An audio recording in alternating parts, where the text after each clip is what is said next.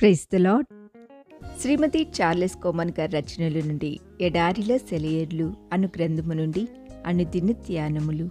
అందుకు యేసు, నేను చేయుచున్నది ఇప్పుడు నీకు తెలియదు, కాని ఇక మీదట తెలుసుకుందువు. యోహాను సువార్త 13:7.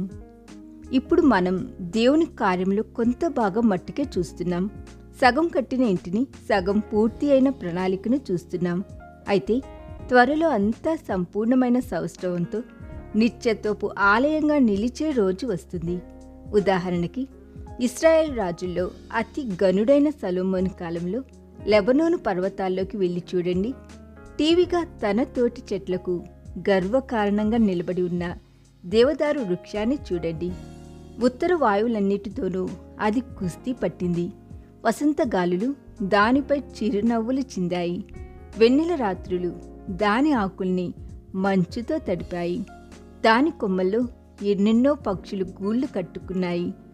అలసిన బాటసారులు, గొర్రెల కాపరులెందరో మధ్యాహ్నపు వేళల్లో దాని నీడలో సేదతీర్చుకున్నారు. ఉన్నట్టుండి ఒక్కరోజున దాన్ని నరికివేయాలని నిర్ణయం జరిగింది. తాతల కాలం నుండి ఆ అడవిలో జీవిస్తున్న ఆ వృక్షం ఒక్కరోజులో గొడ్డలి పాలవుతుంది. మొదటి గొడ్డలి దెబ్బపడింది. గరుకుగా ఉన్న దాని కాండంపై లోతుగా గాయమైంది. కొమ్మలొక్కొక్కటి నేల రాలాయి. చివరికి చెట్టు మొత్తంగా పెద్ద శబ్దంతో మొదలికంటూ కూలిపోయింది. ప్రకృతి ఆలయంలోని ఆ మూల స్తంభాన్ని అంత నిర్దాక్షిణ్యంగా కూల్చేయడం, నాశనం చేయడం చూసి మనం నివ్వెరపోతాం. ప్రవక్తతో పాటు గొంతెత్తి మిగతా చెట్లను ఉద్దేశించి విలపిస్తాం. చెట్లలారా, ప్రలాపించండి, దేవదారు కూలిపోయింది. కానీ కాస్తంత ఓపిక పట్టండి. ఆ బ్రహ్మాండమైన చెట్టు మొదలును హిరాము రాజు పనివాళ్లు పర్వతంపై నుండి క్రిందకి దింపారు. మధ్యధర సముద్రంలో తెప్పగా కట్టి పాలస్తీనా దేశానికి తరలించారు. చివరికి యెరూషలేములో నిజ దేవుని మందిరంలో మిలమిలా మెరిసే దూలంగా అది సాక్షాత్కరించింది.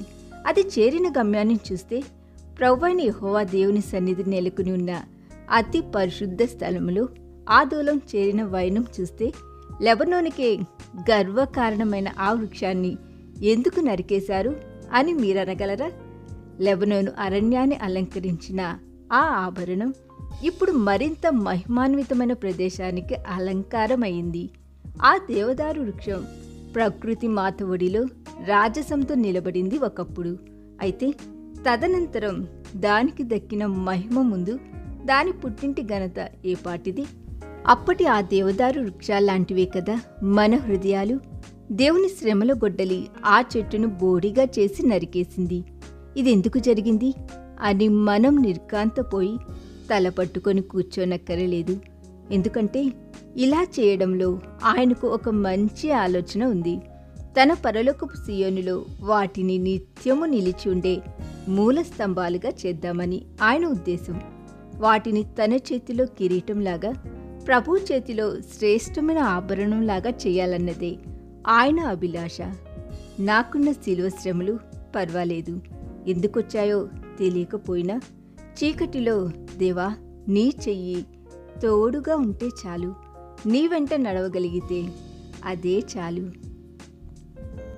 ఈ దిన ధ్యానము మనందరి ఆత్మీయ జీవితమునకు ఆశీర్వాదకరముగా ఉండునుగాక. ఆమేన్.